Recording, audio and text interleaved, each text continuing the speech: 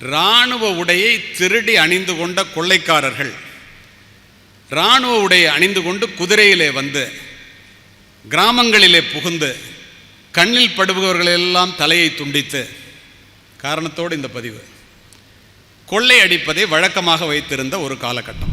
உலகத்தை ஒரு குடையின் கீழ் ஆள நினைத்து வெற்றியும் பெற்ற மகா அலெக்சாண்டர் அவன்கிட்ட போய் கேட்குறாங்க, எப்படா உலகத்தை ஜெயிச்ச? அவன் சொல்கிறான், நான் இந்த உலகத்திற்கு வந்ததற்கு காரணம் என்னுடைய பெற்றோர், இந்த உலகமே என்னிடம் வந்ததற்கு காரணம் என்னுடைய ஆசிரியர் அரிஸ்டாட்டில் என்று பதிவு செய்கிறேன். அப்பா என்ன சிந்தித்து பாருங்கள். அப்படி என்றால் இந்த மாணவ மாணவிய சமுதாயம் உங்கள் மீது எத்துணை நம்பிக்கை வைத்திருக்கிறார்கள், அதற்கு நாம் நியாயம் செய்ய வேண்டாமா? செய்கிறீர்கள். இன்னும் இன்னும் இன்னும் அதிகமாக நீங்கள் எதையெல்லாம் செய்ய வேண்டும் என்று தயவு செய்து சிந்தியுங்கள்.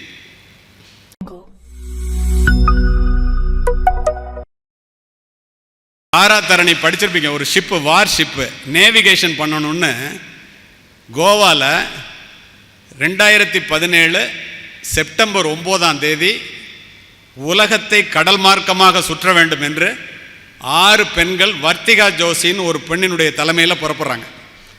கடல் கொள்ளையர்கள் இருப்பாங்க, கடல் அலை இருக்கும், புயல் இருக்கும், சுனாமி வரும், என்னென்னமோ பயமுறுத்தி பார்த்தாங்க, எதையும் கவலைப்படல. 254 நாட்கள் கடல் மார்க்கமாக உலகத்தை சுற்றி எந்த கோவாவிலே ஆரம்பித்தார்களோ 6 லெப்டினன்ட் கர்னல், 6 பேரும் பெண்கள், அதே இடத்திலே கொண்டு வந்து சக்சஸ்ஃபுல்லாக போயிட்டு நிறுத்திட்டாங்க. அவங்ககிட்ட கேட்குறாங்க, கடலில் போனீங்களே என்ன, எப்படி சாதிச்சிங்க? அந்த பொண்ணு சொல்கிற, அந்த வர்த்திகா ஜோஷிங்கிற lieutenant colonel, she doesn't show any discrimination between gender, ஆணுக்கும் பெண்ணுக்கும் வித்தியாசத்தை கடல் ஒன்றுமே காமிக்கிறது இல்லைடான்ட்டு போயிட்டா. அப்படின்னா என்ன அர்த்தம்? உலகத்தில் தாண்டா, இங்கே தாண்டா, பூமியில் தான் காமிக்கிறீங்க, அங்கெல்லாம் கடலுக்கு ஆணுக்கும் பெண்ணுக்கும் வித்தியாசமெல்லாம் இல்லைன்றுச்சு. என்ன பதில் பாரு. இப்படிப்பட்ட வாய்ப்புகள் உங்களுக்கு கொட்டி கிடக்கும்போது அற்ப சந்தோஷத்திற்காக எக்காரணத்தை முன்னிட்டும் தயவு செய்து உங்களுடைய வாழ்க்கையை தவறான பாதையிலே சென்று விட ஒருபோதும் நினைக்காதீர்கள், மனதிலே கூட நினைக்காதீர்கள். ஆசிரியர்கள் நிறைய பேர் இங்கே அமர்ந்திருக்கீங்க.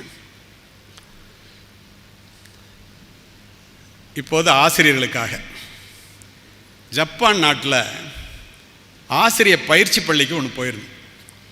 அங்கே வந்து ஒரே பாடத்தை பற்றி எல்லாரும் பேசிகிட்டு இருந்தாங்க. எனக்கு ஜப்பானிய மொழி தெரியாது. ஆங்கிலத்தில் எனக்கு மொழிபெயர்த்து சொல்லுங்கள் என்று கேட்டவுடன் வியந்து போய்விட்டேன். அதை அப்படியே அந்த பதிவு, இது ஒரு உண்மை சம்பவம். ஜப்பானிய நாடு 80 ஆண்டுகளுக்கு முன்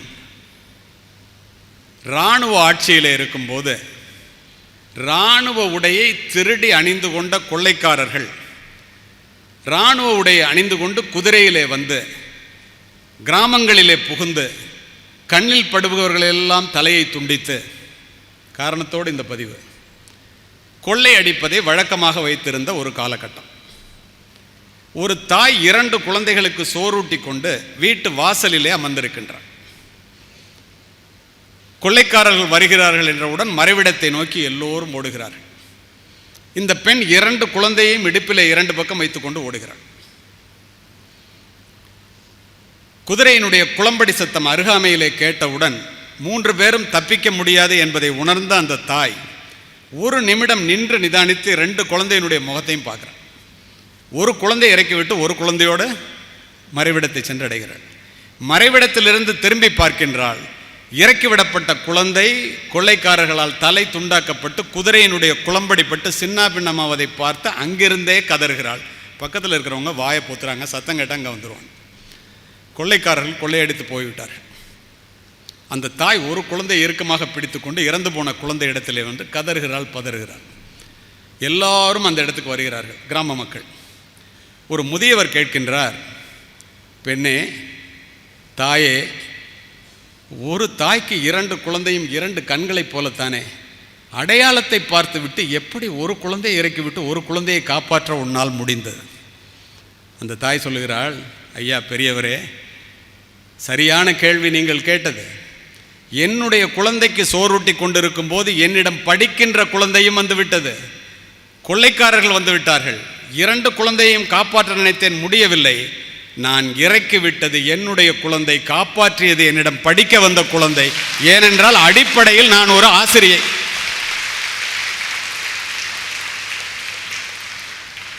அடிப்படையில் நான் ஆசிரியரியா, பெண், ஒரு தாய். அதனால் என் குழந்தைய இறக்கிட்டு என்கிட்ட படிக்க வந்த பிள்ளையை காப்பாற்றினேன். அருமை ஆசிரியர் பெருமக்களே, தசரதன் தனக்கு ஆண் குழந்தை பிறந்தவுடன் துள்ளி குதித்தான். ஆண் குழந்தை ராமன் பிறந்து விட்டானே என்பதற்காக அல்ல, விஸ்வாமித்திரன் என்ற ஒரு ஆசிரியன் வாழுகின்ற காலத்திலே அவனிடம் படிக்க வைப்பதற்கு ஒரு பிள்ளை பிறந்து விட்டானே என்று தசரதன் துள்ளி குதித்தான். விவேகானந்தா காலேஜில் படிக்க வைக்கிறதுக்கு குழந்தை இல்லாதவங்களுக்கு தான் இதனோட அருமை தெரியும், இருக்கிறவங்களுக்கு தெரியாது. நமக்கு ஒரு பெண் பிள்ளை இருந்தால் இந்த கல்லூரியிலே எப்படி படிக்க வைக்கலாம் என்று எத்தனை பேர் இயங்குகிறார்கள் என்று உங்களுக்கு தெரியாது. இது சத்தியமான உண்மை. அது மட்டுமல்ல, மன்னன் பிலிப்,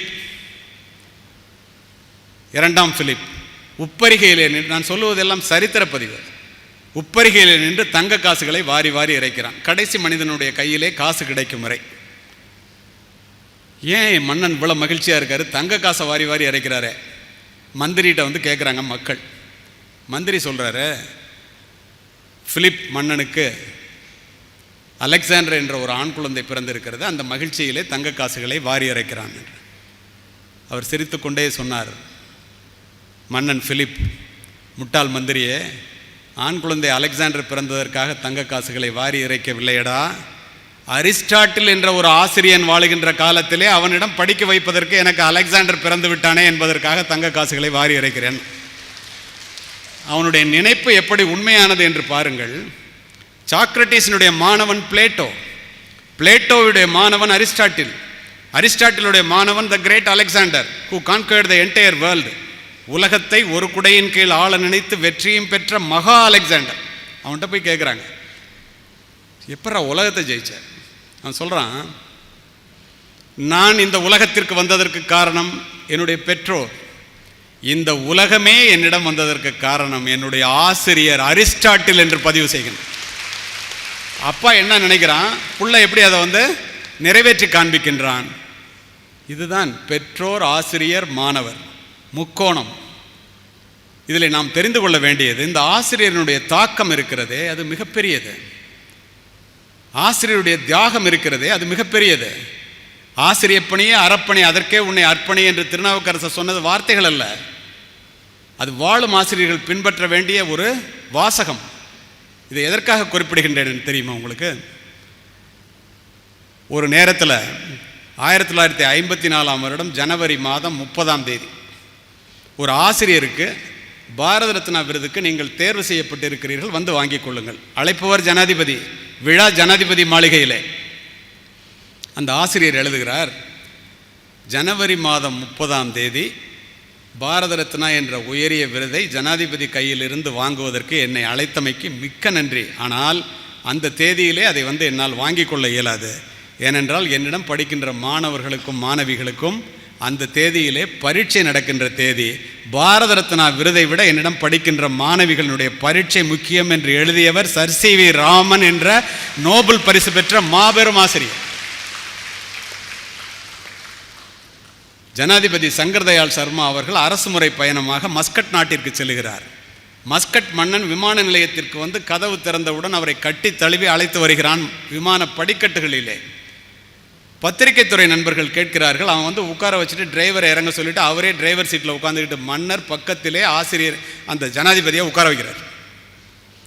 உடனே கேட்குறாங்க, அமெரிக்க ஜனாதிபதி வர்றப்போ கூட, இதெல்லாம் சரித்திர நிகழ்வுங்க, ஆசிரியர்கள் அறிந்து கொள்ள வேண்டிய ஒன்று. அவர் சொல்கிறாரு, ஏன் எதற்காக வந்து அமெரிக்க ஜனாதிபதி வர்றப்போ கூட நீங்கள் வரல, இந்திய ஜனாதிபதி வந்திருக்கிறப்போ வந்திருக்கிறீங்க, இது புரோட்டோகால் இல்லையே அப்படின்னு கேட்குறாங்க. அவன் சிரிச்சுக்கிட்டே சொல்கிறான், பூனா பல்கலைக்கழகத்தில் நான் படிக்கும்போது ஜனாதிபதி சங்கர் தயாள் சர்மா அவர்கள் எனக்கு ஆசிரியர்.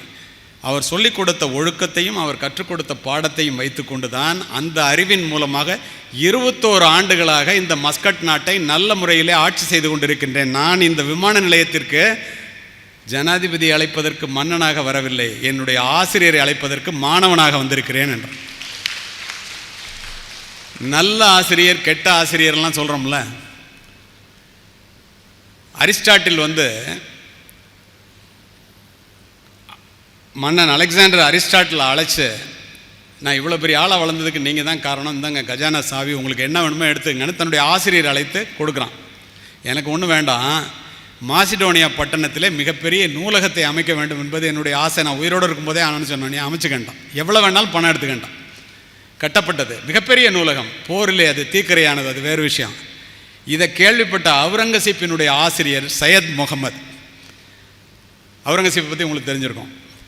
அவர் போய் கேட்குறாரு, பாருங்கள், அரிஸ்டாட்டிலை கூப்பிட்டு அலெக்சாண்டர் கஜானா சாவியே கொடுத்துட்டான், நான் உங்களோட ஆசிரியர், எனக்கு நீங்கள் என்ன தரப்போறீங்க?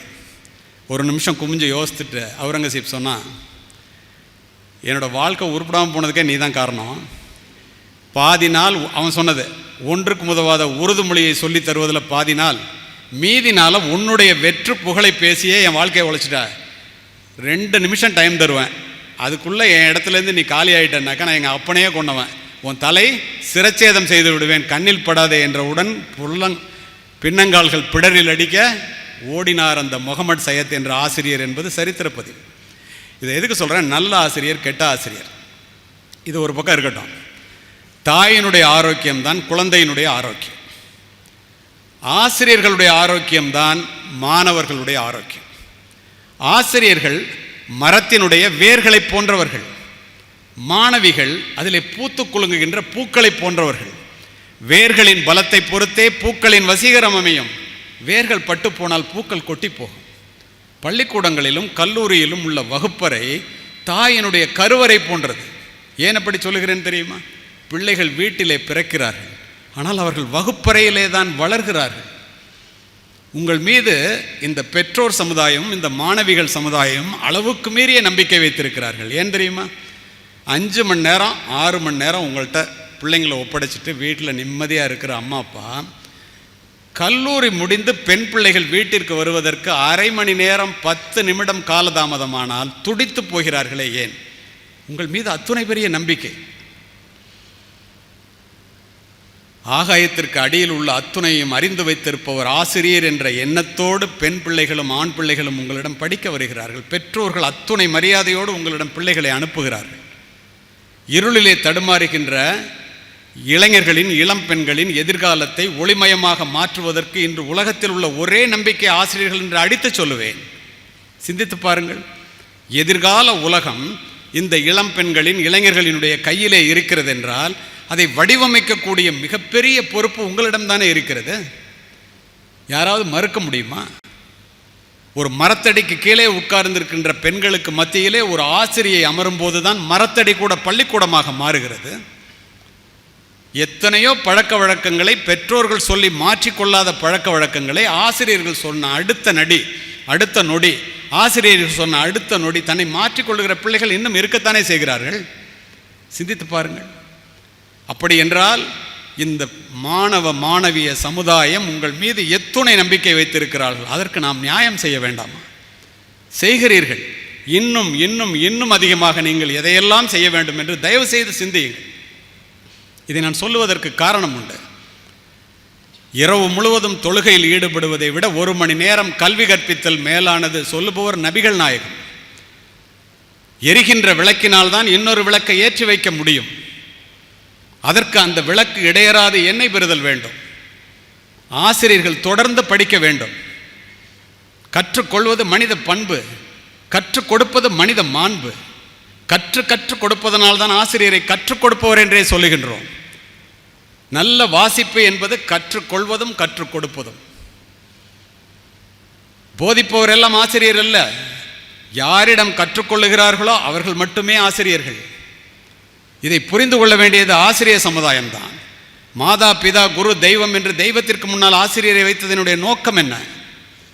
மெழுகுவர்த்தியைப் போல தன்னை உருக்கி கொண்டு உருக்குலைந்து இந்த பிள்ளைகளுக்காக தன்னை உருக்குலைந்து போகின்ற ஆசிரியர்களை நான் அறிவேன், என்னுடைய ஆசிரியர் உட்பட. ஆனால் எல்லோரும் அப்படி இருக்கிறோமா? பல பல்கலைக்கழகங்களிலே பல துணைவேந்தர்களிடம் நான் பேசும்போது அவர்கள் சொல்லுவதை இந்த இடத்துல இந்த கல்லூரியின் நலன் கருதி தலைவர் முன்னிலையிலே பதிவு செய்கிறேன். இன்று பேருக்கு ஆசிரியர்கள் நிறைய பேர் இருக்கிறார்கள், பேராசிரியர்களாக சில பேர் மட்டுமே இருக்கிறார்கள் என்று சொல்லுகிறார்கள். எல்லோரும் பேராசிரியர்களாக இருக்க வேண்டும் என்பதுதான் நம்மளுடைய அவா. அது உங்களுடைய கையிலே தானே இருக்கிறது. ஒரு கல்வி பணி, காவல் பணி, மருத்துவ பணி, இதெல்லாம் பணின்னு ஏன் சொல்கிறோம்? வரவு செலவு கணக்கு பார்க்கின்ற தொழில் அல்லவே, பணி அல்லவா? அதன் மூலமாக மட்டுமே இந்த சமுதாயம் உயர முடியும். கல்வி கழகு கசடர மொழிதல், தப்பு இல்லாமல் சொல்லி கொடுக்கறதாண்டா கல்விக்கே அழகுண்டான். சொல்லுக சொல்லில் பெரிதோர் சொல், அச்சொல்லை வெல்லும் சொல் இன்மை அறிந்து. ஆசிரியர் பாடம் நடத்தும் போது ஒரு வார்த்தையை ஒரு இடத்துல சொன்னால் அதை விட வேற வார்த்தையை அந்த இடத்துல போடக்கூடாதான், போட முடியக்கூடாதான். சொல்லல் வல்லன் சோர்வில்லன் அவனை இகழ்வெல்லல் யாருக்கும் அரிது. தான் சொல்ல வர்ற கருத்தை கேட்கிறவர்கள் மத்தியிலே நன்றாக சொல்லக்கூடிய ஒரு ஆசிரியர் அவனை ஜெயிக்கிறதுக்கு யாருமே இல்லை. அவையஞ்சி மெய்விதிர்ப்பார் கல்வியும் கல்லார் அவையஞ்சா ஆகுல சொல்லும் நவையஞ்சி ஈத்துண்ணார் சொல்லும் நல்கூர்ந்தார்கள் நலமும் பூத்தலின் பூவாமை நன்று. என்ன அர்த்தம்? ஒரு வாத்தியார் படிச்சுட்டு வருவாராம், வகுப்பறையை பார்த்தோன்னே கையெல்லாம் நடுக்குமா, படித்ததெல்லாம் மறந்து போயிடுமா, தொண்டையெல்லாம் அடைக்குமா. அவர் ஆசிரியரே இல்லையா. இன்னொரு ஆசிரியர் படிக்காமலே வருவாராம், வந்து சும்மா நேரத்தை ஓட்டுவாராம். பொதுவாக சொல்கிறத நான் சொல்கிறேன். அப்போது கல்லார் அவையஞ்சா ஆகுல சொல்லும் நவையஞ்சி ஈத்துண்ணார் சொல்லும். நிறைய பணம் வச்சுருப்பான், ஏழைகளுக்கு உதவ மாட்டான். ஏழை பெண்களினுடைய அழகும் பூக்கிறத விட பூக்காமல் இருக்கிறது நல்லதுன்னு 2000 வருஷத்துக்கு முன்னாடி சொன்னவன் தமிழன். ஒரு ஆசிரியர் ஒரு நாள் வந்து பாடம் நடத்துகிறாருங்க. ஒரு நாள் ஆசிரியர்களுக்காகவே இந்த பாடல்கள், தயவுசெய்து தெரிந்து கொள்ளுங்கள். ஒரு நாள் பழகினும் பெரியோர் கேண்மை இரு நிலம் பிளக்க வேர்கொள்ளுமே, 100 நாள் பழகினும் மூர்க்கர் கேண்மை நீருக்கு மேல் பாசி வேர்கொள்ளாது. ஒரு வாத்தியார் வந்து ஒரு நாள் பாடம் நடத்துகிறாராம், உடனே புரிஞ்சிருதான். ஒரு வாத்தியார் 100 நாள் பாடம் நடத்துகிறாராம், ஒன்றுமே புரியலையா. அரிஸ்டாட்டில் சொல்கிறான், மாபெரும் ஆசிரியர். ஒரு வகுப்பில் ஒரு ஆசிரியர் பாடம் நடத்தும் போது இவ்வளவு நல்ல கருத்துக்களை சொல்லுகிறாரே, மணி அடிச்சிடக்கூடாதே, இன்னும் இவர் பேச வேண்டுமே என்று நினைக்க வச்சா அவர் நல்ல ஆசிரியரான். எப்படா மணி அடிக்கிறதால அறுக்கிறானே அப்படின்னு நினச்சா நல்ல ஆசிரியர் இல்லைன்ட்டான். எப்படியெல்லாம் சொல்லிவிட்டு போயிருக்கிறார்கள் பாருங்கள். ஆசிரியர் வாயிலிருந்து வருகின்ற வார்த்தைகள் சத்தியத்தில் உருவாகி நித்தியத்தில் கருவாகி வெளியிலே வந்து விழுமானால் கேட்கின்ற மாணவர்களுடைய மனதிலே விதையாக விழும் விருட்சமாக வளரும். எந்நேரமும் அக்கறையுடனும் அன்பு கலந்த கண்டிப்புடனும் நம்பிக்கை ஊட்டும் சொற்களுடனும் எந்த ஆசிரியர் மாணவர்களை அணுகுகிறார்களோ அந்த ஆசிரியர்கள் வாழ்க்கையிலே தோற்றதாக சரித்திரம் இல்லை, அவர்களிடம் படிக்கின்ற பிள்ளைகளும் தோற்றதாக சரித்திரம் இல்லை. தெரியுமா உங்களுக்கு? ஒரு சம்பவத்தை சொல்லுகிறேன். 9வது படிக்கும்போது யாரெல்லாம் அப்போல்லாம் எஸ்எஸ்எல்சி 10ஆம் வகுப்பில் வந்து கணக்கில் மார்க் குறைச்சி வாங்கினாங்க. என்னுடைய வாழ்க்கையில் நடந்த ஆசிரியருக்கான சம்பவம். மார்க் குறைச்சி வாங்கியிருக்காங்களோ அவங்களுக்கெல்லாம் ஸ்பெஷல் கிளாஸ் நடக்கும். அது இங்கேருந்து ஒரு 500 அடி தள்ளி நடக்கும். Blake high school Thanjavur. ஏஎஸ் ஜார்ஜ்னு வாத்தியார், ஜெயராமனுக்கு தெரிஞ்சிருக்கும். அங்கே தான் எல்லோரும் போய் படிப்போம் எங்கள் ஊர்லேருந்து. வைஸ் பிரின்சிபலும் அவர் தான். காரணத்தோடு இந்த பதிவு. 25 பேர் குறைச்ச மார்க் வாங்கினவங்கலாம் நடந்து போகிறோம். மத்தியானம் 12:30 மணி. 2 பேர் மட்டும், நானும் இன்னொருத்தர் சேகர்னு, 2 பேர் மட்டும் அந்த லைனில் இருந்து விலகி முன்னாடி ஓடி போய் அந்த கிளாஸ்குள்ளே நுழைஞ்சு அந்த பிடி வாத்தியார் பார்த்துட்டார். தாஸ்னு பேர். வாடா 2 பேருன்னாரு. லைன் போகும்போது என்னடா தனியாக ஓடுறேன்னு விசில் வச்சுருப்பாங்களா, அதை அப்படி சுற்றினாரு. எனக்கு இந்த இடத்துல அடிபட்டுருச்சு. இதை இந்த ஏஎஸ் ஜார்ஜ் வாத்தியார் துணை முதல்வர் வரும்போது பார்த்துட்டாரு. டே அடிக்காதன்ட்டு வந்தார். இல்லை சார் லைனை விட்டு ஓடனா அதனால அடித்தேன்னார். நெகிழ்வான பதிவு. உடனே அவன் காலை பார்த்தியானார். அந்த 25 பேர் போனதில் எங்கள் 2 பேருக்கு காலில் மட்டும் செருப்பு இல்லை. மத்தியானம் 12:30 மணி, வெயில் தாங்காமல் சூடு தாங்காமல் லைன்லேருந்து ஓடணும். அதை அந்த ஏஎஸ் ஜார்ஜ் வாத்தியார் துணை தலைமை ஆசிரியர் புரிஞ்சுக்கிட்டாரு, இவருக்கு தெரியல. முதல்ல என்ன காரணம்னு பாரியான்ட்டு 2 பேரும் என்ன சாயந்தரம் 5 மணிக்கு வந்து பாடுறான்னார். சாயந்தரம் போனோம். 2 புது செருப்பு வாங்கி வச்சுருந்தார் 2 பேரும். பாத்ரூம் செப்பல். ஏன் உன் செருப்பு எங்கன்னாரு. இல்லை சார் நான் ட்ரெயினில் வந்து படிக்கிறேன், டெய்லி 10 வருஷமாக அப்படி தான் படிச்சுட்ருக்கேன். போதலூர்லேருந்து ட்ரெயினில் வரணும். ஃபுட்போர்டில் ஏறும்போது பின்னாடி ஒருத்தன் காலை வச்சு மிதிச்சான். இது மாதிரி பாத்ரூம் செப்பல் சார், ஒன்று அருந்து விழுந்துருச்சு, இன்னொன்னையும் போட்டுட்டேன், அதனால செருப்பு இல்லைன்னு. இன்னொருத்தனை கேட்டார், அவன் எனக்கு செருப்பே இல்லைன்னு. சரி 2 பேர் செருப்பு போட்டுங்க. இல்லை சார் இதை போட்டுட்டு போனால் எங்கள் அப்பா அம்மாலாம் ஏதுன்னு கேட்பாங்க, அடிப்பாங்க சார். நான் என்னடா இப்படி குடும்பத்துலேருந்து வந்திருக்கேன்ட்டு நான் பேசினேன். நீ அவங்கள வந்து ஏதாவது சந்தேகம் இருந்தால் உங்கள் அப்பா வந்து என்னை பார்க்க சொல்லுனாரு, போட்டுட்டு போயிட்டேன். அப்போ நான் அவரை பார்க்கும்போது அவர் எப்பொழுதும் கோட் ஷூட் போட்டு டை கட்டிட்டு உங்களை மாதிரி ஷூலாம் போட்டுட்டு தான் வருவார். அவர் அப்படியே காலை பார்த்தேன். அவர் சொன்னார், என்னடா ஷூ போடணுன்னு ஆசையாக இருக்காருன்னாரு. இல்லை சார் நான் நாளைக்கே போய் நீ என்சிசியில் சேரு, அங்கே ஷூவெல்லாம் தருவான், பூரியெல்லாம் தருவான்னாரு. அடுத்த நாளே என்சிசி சேர்ந்து. இதை ஏன் சொல்கிறேன்னா, கிட்டத்தட்ட ஒரு 8 ஆண்டுகள் கழித்து நான் காவல்துறை மாவட்ட கண்காணிப்பாளராக மாறி தஞ்சாவூரில் அந்த வாத்தியாரை பார்க்கணுன்னு போகிறேன். அவர் ரிட்டையர்ட் ஆகி ஈசி சேரில் உட்காந்து இண்டு பேப்பர் படிச்சுட்டு இருந்தார். கமாண்டோ பேசி ஓடி போய், ஐயா எஸ்பி வர்றாரு அப்படின்னா. எஸ்பி அங்கே யாரையா வர்றாரு அப்படின்னு சொல்லிட்டு எந்திரிச்சார், கையில் கட்டிட்டு உட்காந்தார். என்னை அப்படி பார்த்தார். ஃபுல் யூனிஃபார்மில் இருந்தான், அவருக்கு அடையாளம் தெரில. கேப்பை கழட்டிட்டு சல்யூட் அடித்தான் அவருக்கு. நீனு எங்கேயோ பார்த்த மாதிரி இருக்கேன்னாரு. சார் நான் பூதலூர்லேருந்து ட்ரெயினில் வர்றோம். ஓ அந்த செருப்பு அப்படின்னாரு. ஆமாம் சார் அப்படின்னு நான் சொன்னேன். அவர்கிட்ட கீழேருந்து மேலே வரைக்கும் பார்த்தாரு. சார் உங்களை பார்க்குறதுக்கு முன்னாடி எனக்கு காலுக்கு போடுறதுக்கு செருப்பு இல்லை. உங்களை பார்த்து நீங்கள் 5 நிமிஷம் அட்வைஸ் பண்ணி எனக்கு செருப்பு வாங்கி கொடுத்தீங்க. என்றைக்கு வாங்கி கொடுத்தீங்களோ அதுக்கப்புறம் நான் காவல்துறை அதிகாரி ஆனதுக்கப்புறம் என் காலில் போட்டிருக்க ஷூவை கலட்டுறதுக்கு நேரமே இல்லை சார். அப்படி என்னுடைய வாழ்க்கை உயர்ந்து போய்விட்டது, மாறி போய்விட்டது. வாடிய முகத்தை வாசிக்க தெரிந்த ஆசிரியர்களால் தான் வழித்துணையாக இருந்து உதவி செய்ய முடிகிறது, வழிகாட்ட முடிகிறது. கிராமப்புறத்திலிருந்து வருகின்ற மாணவ மாணவிகள் பண வாசனையும் படிப்பு வாசனையும் இல்லாத குடும்பத்திலிருந்து வருகிறார்கள். புத்தக சுமையோடு சேர்ந்து மனச்சுமையையும் சேர்த்து சுமந்து கொண்டு வருகிறார்கள். அதற்கும் நீங்கள் வகுப்பறையிலே வாழ்க்கையை கற்றுத்தாருங்கள்.